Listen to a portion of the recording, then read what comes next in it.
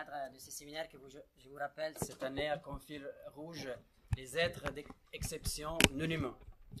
Je tiens à rappeler que le séminaire cette année est dédié à Dimitri Karadimas, excellent chercheur qui a essayé pendant toute sa carrière de faire dialoguer l'archéologie et l'ethnologie et qui nous a quittés l'année passée. Avant d'écouter dans la deuxième partie du séminaire Laurent Sagard, illustre linguiste et sinologue, que mon collègue Pierre Leroux aura l'honneur de présenter, c'est avec beaucoup de plaisir que je vous présente les premiers deux intervenants de la journée, c'est-à-dire Marc-Emmanuel Grand-Georges et ici à ma gauche Ayoub El Araf, deux étudiants de Master 2 d'anthropologie sociale et culturelle ici à Strasbourg, à la faculté de sciences sociales. C'est grâce en fait à une très belle idée de mon cher collègue Pierre Leroux que le séminaire, à partir de 2016, mélange dans certaines sciences deux intervenants dits seniors avec des jeunes chercheurs comme Ayoub et Marc-Emmanuel. Dans le cadre de son séminaire de M1 intitulé « Des racines au feuillage, ethnographie des pratiques quotidiennes dans le Bwiti Misoko à Sengwedia », j'espère que j'ai bien prononcé, Marc-Emmanuel a effectué un terrain de 3 mois au Gabon, dans la région de Moyenne-Ogooué. Il est également titulaire d'une maîtrise en psychologie clinique, psychanalyse et psychopathologie. Aujourd'hui, il va nous parler des arbres d'exception, traitement et utilisation des produits forestiers dans le Bwiti Misoko à Sengwedia. Ayoub, de l'autre côté, Ayoub El Araf est titulaire de licence de muséologie et d'une master en ethnologie. Dans le cadre de son mémoire de M1 intitulé « La migration clandestine d'origine subsaharienne au Maroc, ethnographie d'un camp migratoire », Ayoub a effectué lui aussi un terrain de 3 mois, notamment dans la capitale Rabat et aux alentours. Ayoub vient juste, comme vous le savez, de publier un article intitulé « La migration clandestine subsaharienne au Maroc, habiter un camp, penser une frontière » dans les travaux de recherche des étudiants d'Institut d'ethnologie, acte de la journée interannée 2017 aux éditions de l'Institut d'ethnologie sous la direction de Mathieu Louis, chargé de cours à l'Institut d'ethnologie.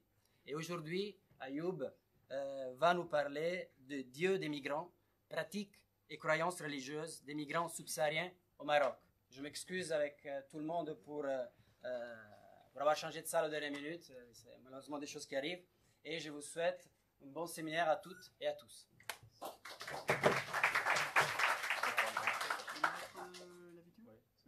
Je souhaite tout d'abord remercier les organisateurs de la journée de me donner la chance d'intervenir durant le séminaire, et surtout un séminaire qui aujourd'hui accueille un grand homme comme Laurent Sagard et d'autres chercheurs de rang A et renommés. Et du coup, mon humble personne stresse un peu à l'idée, mais je vais faire ce que je peux. Donc, je vais présenter ici les premiers résultats de mon ethnographie, enfin, pas les résultats de ma première ethnographie au Gabon, dans la région donc, du Moyen-Ogooué et au village, tout proche du village de Bifoun, à Bifoun 3. Donc, Bifoun 1, 2, 3, on est à une trentaine de kilomètres du village que je vais présenter. Voilà. Donc, durant mon intervention, je souhaite donc vous parler de l'utilisation des produits de la sylve. La sylve est un mot qui définit la forêt équatoriale. Dans le Bwiti Misoko, donc à Sengwedia. Mais qu'est-ce que cela? C'est la première question qu'on doit se poser quand on voit un peu mon titre. Le Bwiti est donc un ensemble rituel assez complexe qui mêle entre autres une religion, initiation, médecine traditionnelle par les plantes, mais aussi des veillées et une pratique de la divination. Pour ceux qui sont initiés, qu'on nomme les gangas, c'est aussi une philosophie ou un mode de vie. L'ensemble est en tous les cas centré sur la consommation des racines d'une plante râpée qui est l'iboga, donc vous voyez un des arbustes ici. Et là, ce sont les racines. Donc elles sont râpées, elles sont consommées. Elles sont considérées en France comme un hallucinogène, comme une drogue dure hallucinogène, mais sont aussi étudiées dans un intérêt de la lutte contre l'héroïne, depuis que Howard Lotsoff en a fait l'expérience et a été désintoxiqué à vie. Sauf que les laboratoires pharmaceutiques regardent un peu d'un mauvais œil ce produit un peu supposément miracle, qui est utilisé dans certains pays d'Europe, en cure de désintoxication et réfute son efficacité en absence de protocole de double aveugle, qui sont les seuls à avoir les moyens de faire, bien sûr, donc on est dans un débat. Moi, ce que j'interroge, c'est comment dire ça, l'efficacité des processus de l'utilisation de cette racine hors du cadre rituel dans lequel elle a été découverte, puisque quand on la consomme, effectivement, tend à prouver qu'on ne peut plus consommer d'héroïne ou que la dépendance cesse, mais à l'initiation, tout un cadre est effectué. On ne donne pas juste de l'iboga et la personne est lâchée dans la nature. C'est tout un processus qui est effectué. L'autre point commun, souvent affilié à tous les bouitis au Gabon, c'est l'utilisation des ossements humains pour la fabrication des protections, mais aussi dans des produits qui sont ingérés. Par exemple, normalement, dans d'autres rituels, à ce qui est dit par les autres auteurs, de la poudre de crâne humain est mélangée à l'iboga qui est consommée pendant l'initiation. Et c'est le crâne humain qui vient donner sa puissance à la personne, qui vient renforcer la racine. La racine a une puissance, mais le crâne humain aussi. Et c'est le mélange des deux à la base qui permet à la personne de passer le stade de l'initiation. Ensuite, le deuxième terme après bouiti, c'est misoko. Le bouiti est divisé en plusieurs branches, mais j'ai utilisé une photo d'arbre car mes informateurs utilisent toujours cette métaphore de l'arbre, c'est un arbre avec plusieurs branches. Donc on a bien le bouiti. Le bouiti d'Isumba, c'est la mère de tous les bouitis qui étaient pratiqués par les Mitsogo, une ethnie bien particulière au Gabon. Je vais raccourcir un peu pour le temps, qui ont trouvé l'iboga. En fait, les Mitsogo sont venus du nord-est de l'Afrique en arrivant au Gabon, et c'est un peuple de plaine. Donc en arrivant face à la gigantesque forêt équatoriale gabonaise, c'est en rencontrant les pygmées qu'ils ont pu rentrer en forêt, et c'est les pygmées de forêt qui leur ont fourni l'iboga. On a un archéologue, je ne sais pas noter le nom, s'il me revient, je vous le redonnerai, je l'ai complètement oublié. Il m'en voudrait, je le connais en plus. Qui a découvert des racines, des cendres d'iboga de plus de 2000 ans. Donc c'est vraiment une consommation qui est effectuée depuis longtemps par les pygmées de la forêt, en tous les cas, selon lui. C'est eux qui ont fourni l'iboga aux Mitsogo, et c'est, comme le disent Otto Golfer et Roger Silan dans l'ethno-histoire des Mitsogo du Gabon, c'est dans l'infernal, eux citent ça comme ça, l'infernale machine à symboliser Mitsogo qui est née de bouiti, de la rencontre de la plante. Et dans leur façon de symboliser, ils ont fait naître ce rituel parmi une douzaine d'autres de sociétés masculines et féminines. Naît ensuite donc le bouiti Misoko, le deuxième bouiti historique à naître, qui lui, en fait, le bouiti Misoko, c'est celui qui est pratiqué par toutes les autres ethnies que les Mitsogo et les Fans. C'est donc une pluralité de bouitis, je vous en ai donné deux, la Singredia c'est celui que j'ai pratiqué, et le Gondé c'en est un autre des très grands, un des majoritaires au Gabon, mais il y en a énormément. Voilà. Et il a été créé par mariage, par échanges commerciaux avec les Mitsogo, par leur rencontre en fait. Les autres ethnies se sont inspirées du rituel pour créer le leur, pour le reprendre, et utiliser toujours de façon centrale l'iboga et les ossements humains. C'est récemment que le dernier bouiti, appelé bouiti Fan, est né.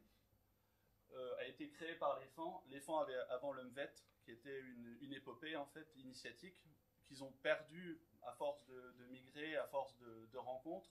Et en fait, au Gabon, ils l'ont remplacé peu à peu par le bouiti Fan, qui est en fait un énorme syncrétisme de catholicisme, de Disumba, de Misoko et de Mvet. En fait, c'est vraiment un ensemble complexe et très étudié, puisqu'en fait, c'est le plus pratiqué dans la capitale. Donc, il ne demande pas d'aller en forêt. Donc il est accessible facilement, et c'est celui qui est le plus pratiqué aussi par les Occidentaux qui font des voyages initiatiques. Donc c'est celui qu'on trouve le plus dans la littérature.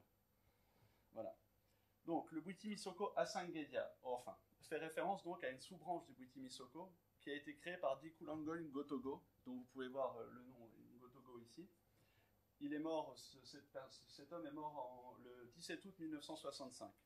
Il a créé la Sangedia suite à une vision qu'il a eue de son père recollant les morceaux de crâne qu'il avait utilisés dans sa vie pour pratiquer le bouiti. En fait, plus précisément, dans la journée, il avait été en forêt, il a vu un esprit qui avait pris la forme d'une femme blanche, et en le suivant, il a entendu, en voulant rattraper l'esprit, il a entendu des chants, et en voulant trouver la source des chants, il a trouvé des plantes qui dansaient, qui se balançaient de droite à gauche, et qui chantaient. Lui a pris ça comme après cette vision, il a décidé d'organiser une veillée, dans laquelle mes informateurs me disent qu'il est tombé dans le coma, et a eu cette vision de son père qui recollait les morceaux. Donc pour lui, les choses étaient claires, il fallait purifier le bouiti, il fallait créer une branche du bouiti qui soit pour lui pure et qui permette de se séparer des crânes humains, de ne plus les utiliser et d'utiliser les plantes à la place. Comment peut-on passer des crânes humains aux arbres? C'est simple, c'est parce que les arbres au Gabon poussent sur les ancêtres. en fait, on n'utilise pas l'enterrement, on n'utilise pas l'incinération au Gabon. Historiquement, les corps étaient juste déposés en brousse, entourés de cailloux, et laissés en brousse en fait aux animaux, et donc ils se décomposaient au pied des arbres en fait. Aujourd'hui, la pratique a été interdite par les colons français, et donc elle n'est plus pratiquée, mais on reste sur cette philosophie, les arbres poussent sur les ancêtres, ils sont donc les ancêtres en partie. Donc voilà, donc mon père, le maître rituel chez lequel je me suis rendu est le descendant direct en fait c'est le petit-fils initiatique direct de Ngotogo, c'est le seul. Entre eux il y a un, mais je ne vais pas continuer, voilà, c'est lui, c'est Binana George. Voilà, donc la preuve que je n'ai pas vu d'ossement humain, c'est que ça c'est un des boutis du temple, c'est une des choses les plus importantes et les plus puissantes qu'il y a au temple, et j'ai pu assister à son renforcement, parce qu'à force il s'use, les attaques sorcellaires, les choses comme ça, il y a besoin de le renforcer. Donc il l'a ouvert devant moi. Je me permets, le bouiti que vous montrez, cet objet, vous l'écrivez avec un petit b. Un petit, oui. Et le bouiti avec un grand B, vous entendez l'ensemble du rituel. C'est ça. En fait, est appelé bouiti, moi je le mets avec un petit b est appelé bouiti le rituel, mais aussi des pratiques ou des objets qui sont utilisés dans le cadre du rituel. Donc ça, pour eux, ils appellent ça un bouiti aussi. En fait, je n'aime pas ce mot, mais c'est un fétiche. Voilà. Donc, mais j'ai pu donc assister à son ouverture et constater qu'il n'y avait aucunement d'ajout de crâne humain ou de morceaux de crâne humain à l'intérieur, mais seulement des plantes et des morceaux d'écorce qui étaient rajoutés. Donc, j'ai, en tout cas moi sur mon terrain pendant les 3 mois, vu des choses importantes s'ouvrir devant moi se faire sans jamais voir de crâne humain. Donc, les arbres. Mais avant tout, chaque arbre a aussi des caractéristiques et qui en font des êtres particuliers. Ici, on peut voir en langue le Mwambwabeng. En France, on l'appelle le Mwambé jaune. Vous avez son nom, à chaque fois le nom scientifique ici. Tous les noms scientifiques que j'ai viennent de cet ouvrage, Les arbres utiles du Gabon. Tous les noms scientifiques que j'ai notés là viennent de cet ouvrage. Donc, comme on peut le voir, c'est une écorce à la couleur jaune vive. Elle est donc affiliée par les gangas à la bile et sert dans le traitement du diabète. Et son amertume aussi, c'est une écorce extrêmement amère quand elle est consommée, est aussi un trait caractéristique pour elle. Une autre écorce, c'est le morubi, qu'on appelle niové en français. Le trait saillant est qu'il saigne. Ici, c'est pas on voit un peu mal, mais c'est pas du sang humain, c'est bien le sang c'est bien la sève de l'arbre qui en fait dès qu'on le blesse s'écoule. Là, on voit pas très bien. Ici, on avait un rituel d'échange de sang, c'est-à-dire que la personne, on l'a un peu ouvert, ils lui ont fait constater que son sang était noir, sombre, et ils lui ont fait échanger son sang avec l'arbre, réouvert ailleurs, et fait constater que son sang s'était éclairci. C'est donc un arbre qui sert à la purification du sang. En prenant le sang de l'homme, il lui donne le sien, et lui va purifier le sang avec sa sève. L'une des autres grandes catégories d'arbres, c'est ceux qui donnent beaucoup, c'est ceux qui produisent beaucoup de fruits. Étant donné qu'ils produisent beaucoup, c'est des arbres qui sont utilisés dans les traitements pour la fertilité, aider les femmes à devenir fertiles ou pour combattre la stérilité.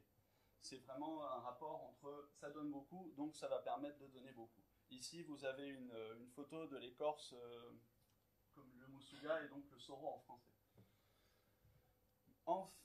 Une autre écorce vraiment incontournable ici, c'est pas l'écorce du coup que je vous ai mis, c'est un peu le fruit pour changer. C'est le mupanzi, en Issangu, le mubala en français. Lui, son trait caractéristique, c'est que la cosse, quand elle s'ouvre, je n'ai pas d'échelle, je suis vraiment désolé, j'ai oublié de mettre ça. C'est légumineuse. Mais c'est comme ça, et en fait, quand elle s'ouvre avec fracas. Les feuilles. Les feuilles sont composées. Oui. C'est ça. Oui. Légumineuses. Non. Composées. Non, c'est des petites feuilles, ça ressemble à ça. Ah non. Ah oui. Ça s'ouvre avec fracas et ça projette les graines extrêmement loin en fait, sur plusieurs centaines de mètres. Et ça fait un bruit vraiment fracassant. Donc la caractéristique est qu'il ouvre la route, il dégage ce qui est mauvais. Et pour finir, le dernier arbre, qui est lui aussi un incontournable, le mongomina. Le mongomina, l'arbre à fourmis en français, sert de fourmilière à des fourmis venimeuses en fait, qui ont comme pour caractéristique de ne jamais lâcher quand elles mordent et de piquer en rafale. Elles ont aussi comme action de dégager l'arbre autour. En fait, autour de cet arbre, il n'y a jamais rien d'autre puisqu'elles détruisent en fait les jeunes pousses et ils poussent tout seuls vraiment. Ces fourmis en font le bois des hommes parce qu'elles sont dites, le bois est dit bon pour l'érection, mais elles aussi, on dit que se faire piquer par des mongominas, ça aide à avoir de belles érections. C'est donc un arbre qui renforce le corps. Comme on peut le voir, donc, les arbres sont personnifiés, anthropomorphisés. Comme me disait l'un de mes informateurs qui s'appelle Okume, Si tu me donnes les bonnes écorces, je te fabrique un bonhomme qui marche. On m'expliquera comment les arbres se marient. Donc comme on peut le voir ici, deux arbres sont liés. C'est en marchant en forêt, on allait récolter des écorces que les Gangas avec qui j'étais ont vu ces deux arbres et m'ont dit, se sont arrêtés, ont commencé à débattre sur le fait que ces arbres s'étaient mariés, qu'ils étaient liés l'un à l'autre et qu'on pouvait les utiliser pour fabriquer un bouiti, donc un petit fétiche, pour garder un couple marié, pour faire que le mariage dure. Donc comme on peut le voir, les arbres ont vraiment, ils ont une vie, ils vivent, ils ont des histoires d'amour, ils se lient entre eux, ils se séparent, voilà.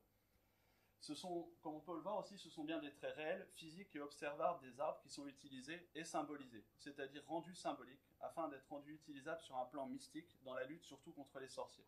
C'est ce que moi j'ai appelé la symbolisation du réel. Mais au-delà de ça, les arbres ont leur propre énergie et leur humeur influe sur le résultat de la fabrication des soins, des protections ou des choses comme ça. Une écorce mal prélevée ou provenant d'un arbre blessé ne pourra pas avoir les effets bénéfiques escomptés pour soigner quelqu'un, puisque l'arbre n'aura ni donné son accord, ni été en disposition d'aider, puisque blessé et meurtri. Je souhaite donc vous présenter la chaîne opératoire de la récolte des écorces, assez spécifique. Donc, quand on veut récolter une écorce, le Ganga arrive sur place à l'essence qu'il a choisie, et il va d'abord un peu déblayer la zone autour de l'arbre, pour lui faire de la place, toujours pour lui dire « tu peux te développer comme tu veux ». Ensuite, il va commencer, si le chemin est là, le chemin était ici, on voit que le Ganga vient se mettre là où on ne peut pas le voir. C'est pour que si les personnes passent, elles ne voient pas qu'on utilise cet arbre et fassent des prélèvements sauvages ou apprennent que c'est un médicament. Pour ce faire, le Ganga va poser la main sur l'arbre et va commencer à lui parler. Il faut absolument parler à l'arbre.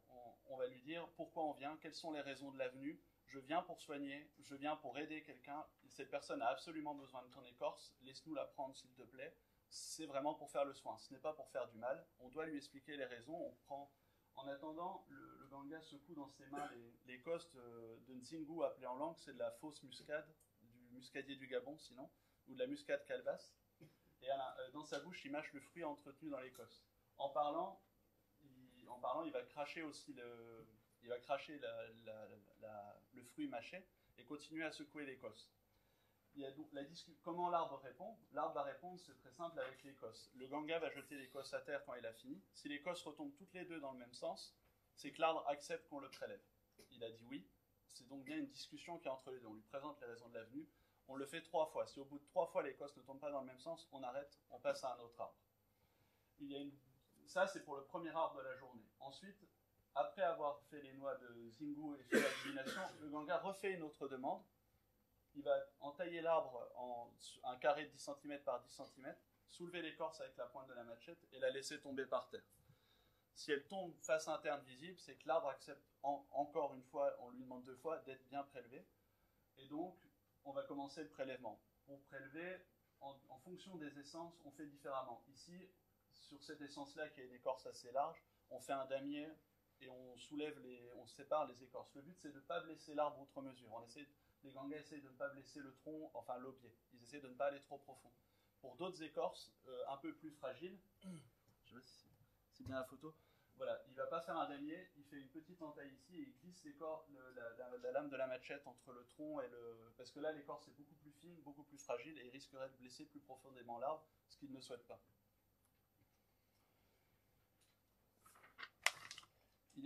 Excusez-moi, je n'ai pas le nom de...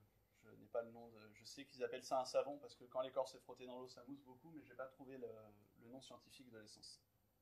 Vous l'avez en vernaculaire? Là, sur la photo, je l'avais plus. Je ne sais plus c'est laquelle des 3. Il y a 3 essences qui font ça, qui se ressemblent beaucoup, et je ne sais plus c'est laquelle. Je ne voulais pas mettre de bêtises. Donc, comme on peut le constater, un dialogue est établi avec l'arbre. Le Ganga lui explique donc oralement, en le touchant, les raisons de sa venue et ce qu'il attend de l'arbre, pour permettre à celui-ci de répondre. Donc, le Ganga utilise les noix de Zingu qui servent donc de médiateur entre humain et arbre. L'arbre comprend le langage humain, mais nous, on ne peut pas avoir sa réponse, hormis avec un médiateur. Donc, voilà. Ensuite, on ne part pas comme ça. On ne laisse pas l'arbre nu comme ça, comme je le montrais ici. Le Ganga va prendre de la terre du sol et va venir frotter la plaie qu'on vient de lui faire. Et en même temps, on continue à communiquer avec l'arbre. On lui dit merci, on redit encore que c'est pour faire le bien, qu'on est désolé d'avoir dû venir le prélever, et qu'on va prendre soin de ses écorces et les utiliser à bon escient.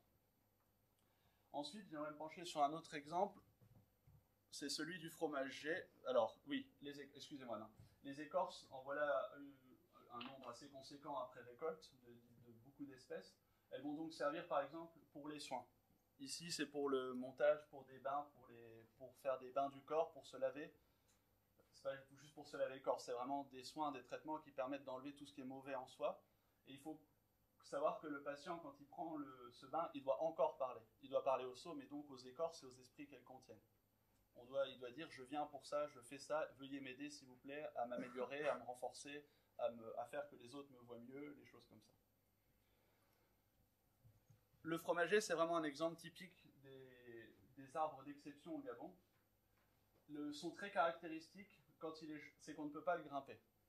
Donc, quand il est jeune, on ne peut effectivement pas le grimper parce qu'il est rempli d'épines comme ça. Et quand il grandit, c'est des arbres qui peuvent atteindre 50 mètres avec des troncs de 2 mètres de diamètre de large, donc, et pas de branches avant la cime. Donc, de toute manière, vous ne pouvez pas le grimper. Le grimper, c'est mourir. Donc, c'est des arbres utilisés pour cacher les protections du corps. Quand on fait une protection du corps au Gabon, quand on protège la personne avec une protection, on met le corps de la personne à l'intérieur avec des morceaux d'ongles et de cheveux, et on doit les cacher quelque part. Elles ne sont pas juste jetées ou enterrées dans le sol, elles doivent trouver un écrin qui est valable.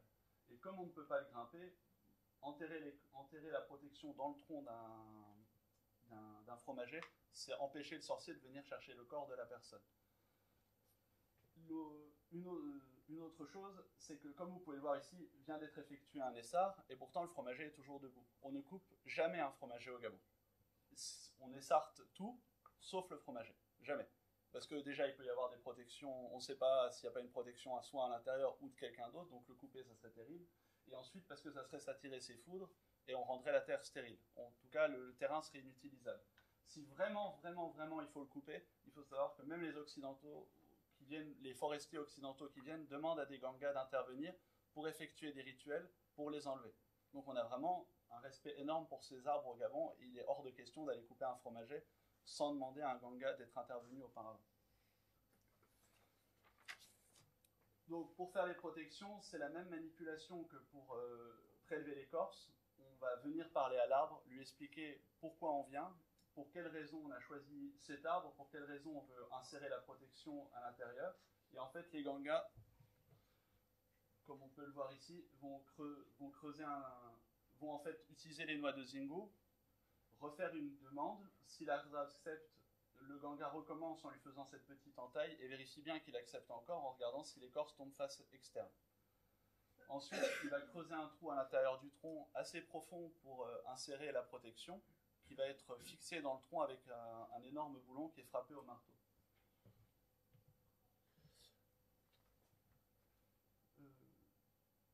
L'arbre est donc toujours vraiment inclus, on lui demande toujours son avis dans tous les rituels.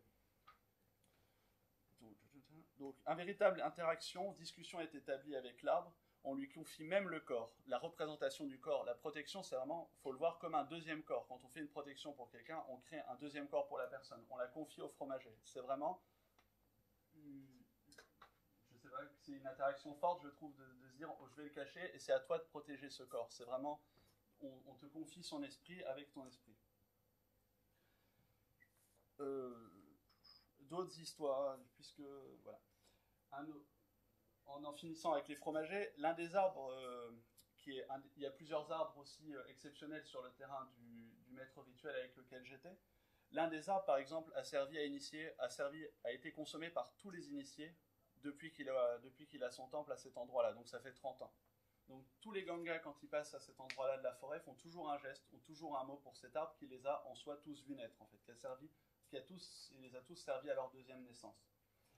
On a un autre arbre que j'ai pas en photo, mais qui en fait a servi à la confection du temple. Les temples sont construits sur 2 piliers et une poutre. Et en fait, un seul arbre a été utilisé, qui était sur le terrain, pour construire tout le temple, en fait. Donc, avec son tronc en entier, ils ont fait les 2 piliers et la poutre. Donc, on peut voir que cette relation, et le Ganga en tire une très grande fierté, il avait une relation très forte avec cet arbre, et il a toujours une relation très forte avec les poutres la poutre et les 2 piliers. Et on lui a confié le temple, sa structure, sa force. Tout est dans cet arbre. En fait, c'est lui qui porte son bouiti. C'est vraiment cet arbre-là. Les arbres sont donc bien vus tout d'abord comme des êtres à part entière qui se marient, par exemple, ou ou ont aussi leur propre vie, mais aussi bien comme des êtres d'exception qui permettent, quand on les connaît et les respecte, de soigner, protéger et même pratiquer la divination. En effet, au Gabon, quand on est initié, on n'est pas devin tout de suite, c'est la première étape, c'est la base, et c'est bien par l'iboga qu'on devient. Donc on est par l'iboga. Ensuite, le deuxième rituel, la deuxième étape, on peut dire, c'est idika, qui est en fait un plat qui consiste à consommer, c'est de l'huile de palme, du poulet et des écorces. Le poulet est un composant qui sert à parler aux esprits, qui sert de messager divin, en fait, il sert à aller parler aux esprits. Mais c'est vraiment les écorces qui servent de renforcement, qui servent de base à la divination. Donc c'est bien les arbres qui sont mangés, c'est bien ce qu'ils apportent qui va servir à faire la divination. La troisième étape dans la carrière divinatoire d'un Ganga, c'est de prendre Motoba, c'est d'avaler un bébé silure vivant. Souvent, tout le monde s'arrête à ça, mais en fait, la silure est recouverte d'une poudre d'écorce. Avant, dans les autres boutis, c'était de la poudre d'ossement. Ici, elle est recouverte de poudre d'écorce, et c'est bien les écorces qui sont importantes, me disait le maître rituel. La silure, il dit, c'est un support, c'est un tracteur. Le but du tracteur, c'est d'emmener les écorces là où elles doivent aller. Donc, c'est bien les écorces, le support de la divination dans le Bwiti Misoko à Sangedia. Ça montre bien toute l'exception, toute la force qu'ils donnent aux arbres et à ce qu'ils leur apportent et à leurs esprits. Donc, dans tous ces rituels, c'est bien donc les écorces qui viennent donner ses pouvoirs au Ganga. C'est les écorces qui lui permettent de réaliser son quotidien de devin guérisseur. C'est par l'iboga que l'on devient Ganga, puis par les écorces contenues dans l'Idika que l'on crée le soubassement qui vient assurer la divination, et enfin par les écorces sur Motoba que l'on renforce définitivement. Dans la Sangedia, les arbres et leurs écorces sont omniprésents et incontournables. Il me manque cependant, avec un seul terrain, encore de trop nombreuses informations, notamment sur la vision que mes informateurs ont de leur relation à l'arbre. Quel niveau d'individualité lui accorde-t-il? L'arbre a un esprit, mais est aussi habité par des esprits. Comment alors se construisent les relations vis-à-vis de ça? Les interactions aussi entre les arbres sont importantes. Il faut savoir que quand on croise un iboga sauvage en forêt, il n'est jamais seul. Et donc, mes informateurs me disaient, si on lui casse une branche à un des plants, tu entendras les branches de tous les autres se casser. Donc, il y a toujours des histoires, il y a toujours quelque chose. Tous les arbres sont exceptionnels. Ils peuvent s'arrêter et vous raconter des histoires sur tous les arbres. Ces arbres qui se cachent, quand on les cherche, on m'a aussi dit ça, on cherchait un arbre, celui-là notamment, on a mis des heures à le trouver, alors que c'est son terrain, il sait très bien où il est, ou d'autres arbres qu'on devait chercher pour une autre initiation, qu'on me disait toujours, à ce moment-là, quand on les cherche, ils se cachent toujours, alors qu'on connaît par cœur leur emplacement à force de venir. Ceux rares au cœur de la forêt et qui fascinent par leur présence même, celui-là m'a vraiment, je vous l'ai mis en photo, ça rend pas, mais c'était un arbre, quand on l'a trouvé, bon, on a marché 2-3 heures pour le trouver, donc déjà j'étais content de le trouver, mais ensuite il est vraiment majestueux. Il faut se dire que la forêt est complètement recouverte, mais lui il était seul, il a un tronc de presque 2 mètres d'envergure, enfin, il était magnifique, il est tout droit, je n'ai pas son nom scientifique, je ne l'ai pas trouvé, en langue il s'appelle le Mosida Mango. En tous les cas, il suffit d'une seule sortie en forêt avec des gangas pour que les comprendre que ces arbres sont des êtres d'exception non humains. Voilà. C'est un Mosida Mango en Isogo ou en Isangu. Voilà. Je ne sais pas si j'ai encore le temps, j'avais une vidéo, mais...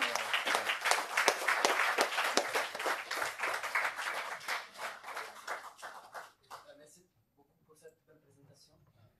Très intéressant de vous écouter sur ce sujet. Et j'ouvre aux questions. J'attends qu'il réémerge. Colette Méchin, je voudrais savoir si par hasard alors je ne connais rien de ces plantes ni autres, on en reparlera tout à l'heure, mais les écorces servent à quoi d'autre en dehors de la magie? Est-ce qu'on te fait des tressages? Est-ce qu'il y a d'autres occupations, j'allais dire profanes, autour des écorces des arbres? Alors moi personnellement, j'ai vécu pendant 3 mois avec des gangas. Donc je n'ai pas vu si les personnes utilisaient les écorces pour autre chose. Pour tresser, je sais ce qu'ils utilisent. Ils utilisent une liane. Donc je sais que ce n'est pas des écorces. Mais non, après, moi j'avais jamais mangé d'écorces. Là-bas elles sont consommées. Mais c'est toujours, en tous les cas, moi je l'ai vu toujours dans un cadre rituel. Après, des études sont menées au Gabon en ce moment. Parce qu'on s'intéresse toujours aux devins guérisseurs et aux gangas. Mais il y a aussi des tradis praticiens là-bas qui ne sont initiés à rien et qui utilisent les plantes. Mais ça sera toujours pareil. C'est toujours dans un cadre pour soigner.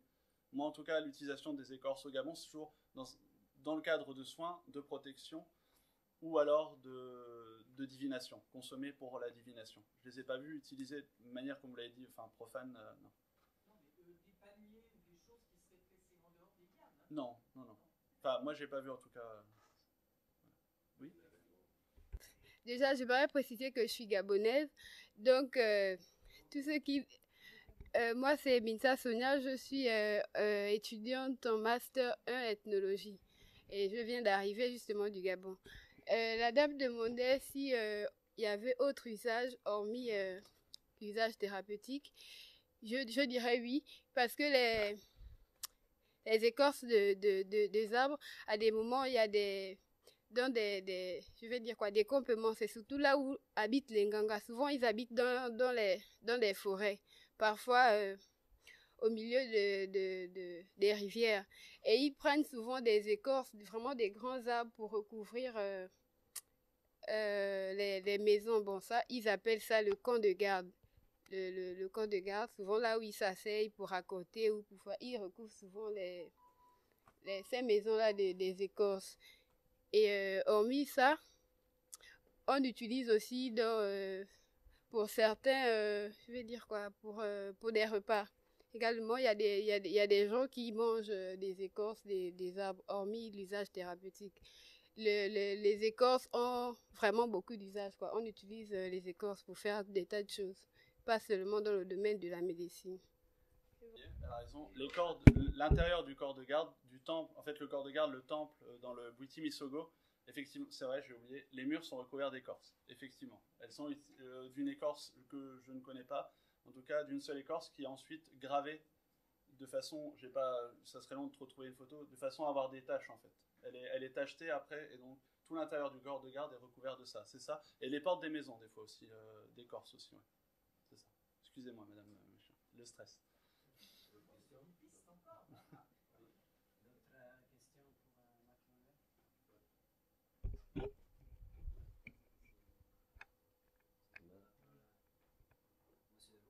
Ben, je vais le faire là parce que je voudrais vous féliciter pour la conférence qui est très intéressante, très dense.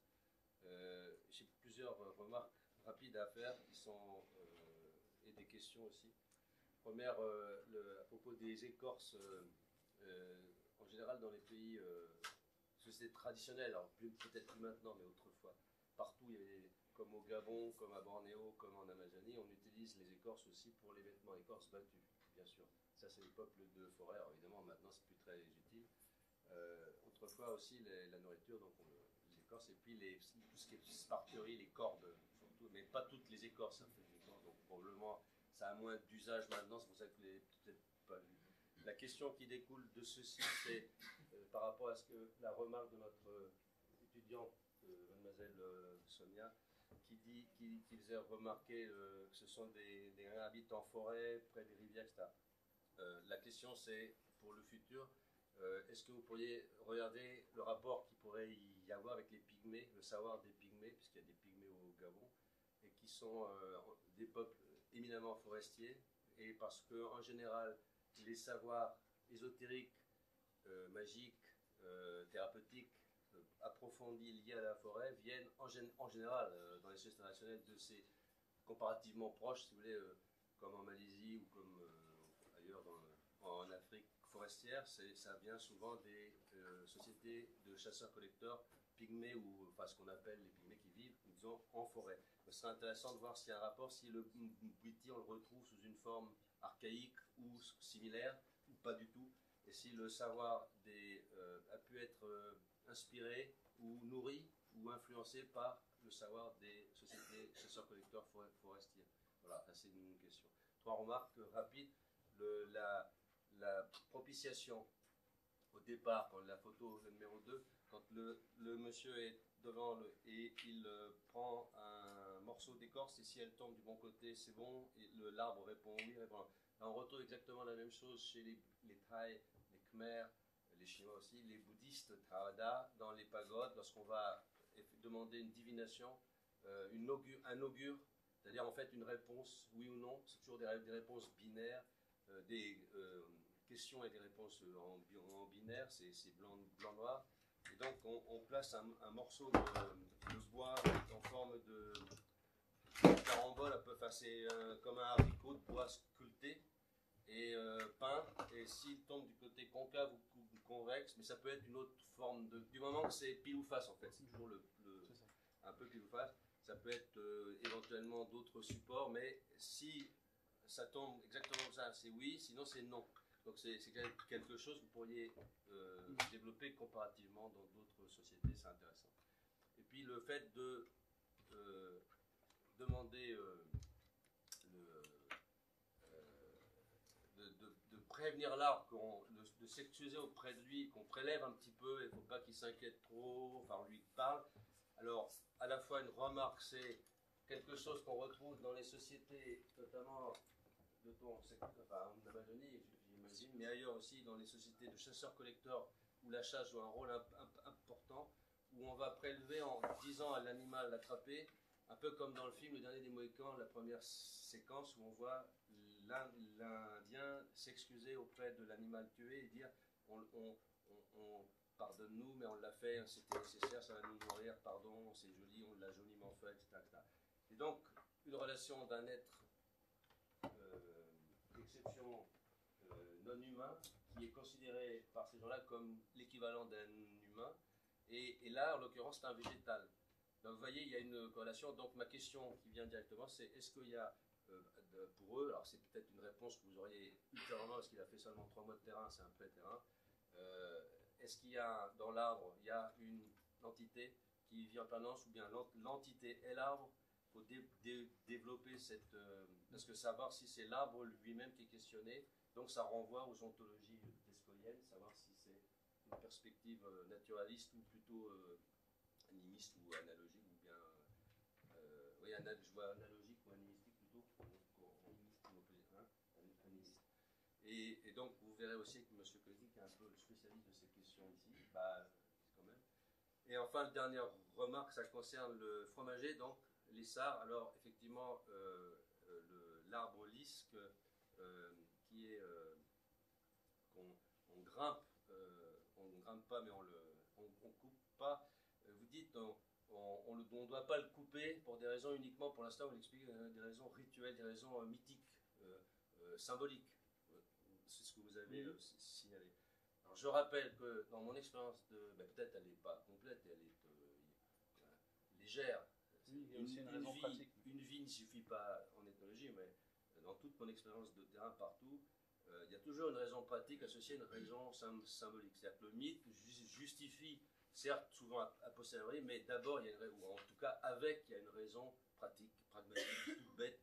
Ne serait-ce que, par exemple, dans un essart, partout dans le monde tropical, en général, c'est des terrains assez pentus, ce sont des terrains exposés à de très fortes pluies violentes en quelques heures, c'est des espaces de temps extrêmement brefs, des intervalles brefs, où la couche de terre arabe est très faible, et donc, si on ne maintient pas des arbres dans la parcelle, la terre part. C'est ce qui arrive avec les colons venus des basses terres, qui arrivent dans ces terrains des hautes terres, qui ne savent pas, et qui déboisent tout, et après tout le glissement de terrain a lieu, et ils perdent tout, quoi. Ils meurent aussi avec. Donc voilà, c'est des questions à revoir peut-être, avec des réponses qui seront peut-être d'ailleurs en opposition avec ce que je questionne. Non, mais pour l'esprit de l'arbre, je l'ai dit à la fin, ça, parce que pour l'esprit de l'arbre, des fois il me disait il faut s'attirer les bonnes grâces des esprits qui vivent dans l'arbre, et des fois il me parlait de l'esprit de l'arbre lui-même. Donc il y a bien les deux, il y a des esprits qui vivent dans l'arbre, et l'arbre a lui-même un esprit. C'est ça. Et la première question, je peux y répondre aussi, et j'ai zappé. La première question, c'était c'était en rapport avec la propitiation. Oui et non, non, c'est pas ça. Puis oui, je sais pas. Je suis désolé. Je vais me rappeler. Savoir si il existe des rapports avec les pygmées. Les pygmées. Les pygmées, c'est mon objectif. C'est un peu. J'aimerais les rencontrer. C'est des peuples très secrets. Leurs rituels sont reconnus comme très puissants en Gabon. Il y a toujours beaucoup d'histoires autour des pygmées au Gabon. Et pour les rencontrer, c'est mon objectif en thèse, en fait. Il faut un plus long terrain. Pour aller à leur rencontre, il faut un plus long terrain. Et c'est surtout une adaptation. J'aimerais aller au Gabon un peu plus longtemps avec une adaptation physique plus longue, parce que c'est des conditions de vie qui vont être... Là, j'étais déjà sans eau, sans électricité, compliqué. Là, c'est vraiment sans maison en dur. Ils vivent en forêt. Les pygmées vivent en forêt, pas au bord. Là, on vivait au bord de la route, c'était dégagé.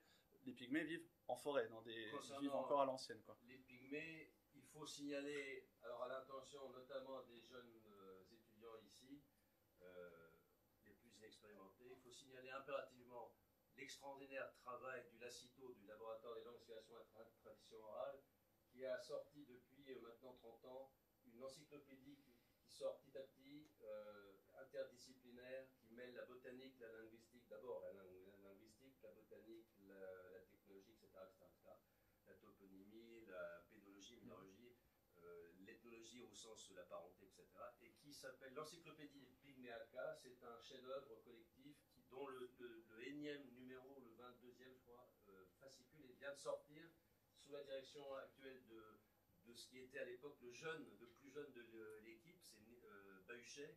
Je travaille sur le Serge Bahuchet du Muséum, qui était le spécialiste de ces pygmées. Donc, vous avez dans cette somme, qui n'a pas d'équivalent dans le monde, à ma connaissance, mais c'est vraiment un travail de longue haleine extraordinaire, qui doit être connu de tous les étudiants en ethnologie. L'encyclopédie des pygmées Aka de Centrafrique, c'est paru au Muséum national d'histoire naturelle. Pour l'instant, il y a 22 ou 23 fascicules. C'est un travail incroyable. Et peut-être il y a déjà un certain nombre de réponses possibles, peut-être pas exactement liées au Gabon, à votre terrain, les Mitsogo, mais comparativement proches, où elles sont des sociétés, puisqu'ils ont des rapports avec les autres sociétés sédentaires bantoues, de langue bantou, en Centrafrique ou au Cameroun également, il y a des pygmées, enfin il y en a dans toute la zone. Donc c'est des pistes en tout cas que je vous invite à explorer, oui. Bonjour, Alexandre Grand-Georges, étudiant en médecine. C'est pour savoir si dans la suite, justement en plus ça va avec le côté théorique et pratique des choses qu'on voit.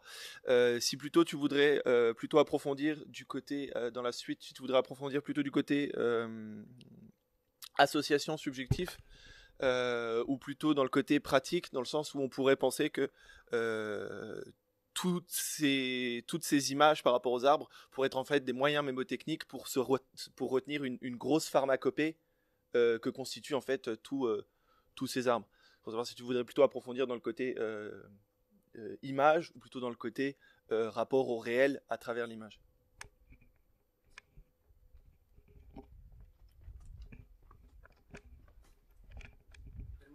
Bien sûr, les deux en fait, et les deux, de toute façon c'est en rapport l'un à l'autre. Et oui, comme je l'ai dit, de façon courte, la symbolisation du réel est un concept que j'ai introduit dans mon mémoire et qui est effectivement une façon d'avoir une ethno-encyclopédie en fait. C'est effectivement une encyclopédie orale extrêmement efficace, et quand on marche en forêt après l'avoir appris, on voit les choses complètement différemment. Après, la somme de choses que j'ai appris par rapport à un Ganga est ridicule. C'est les Gangas avec lesquels j'étais, le père spirituel qui était là, c'est 30 ans, 40 ans qu'il est initié et qu'il pratique. Donc il a une somme de savoir phénoménale que cette symbolisation du réel lui permet de garder. Donc un savoir encyclopédique, oral, qu'il arrive à garder dans sa tête par association. Donc oui, mais je souhaite continuer à travailler sur les deux. Je n'ai pas de choix. Voilà. Merci à vous.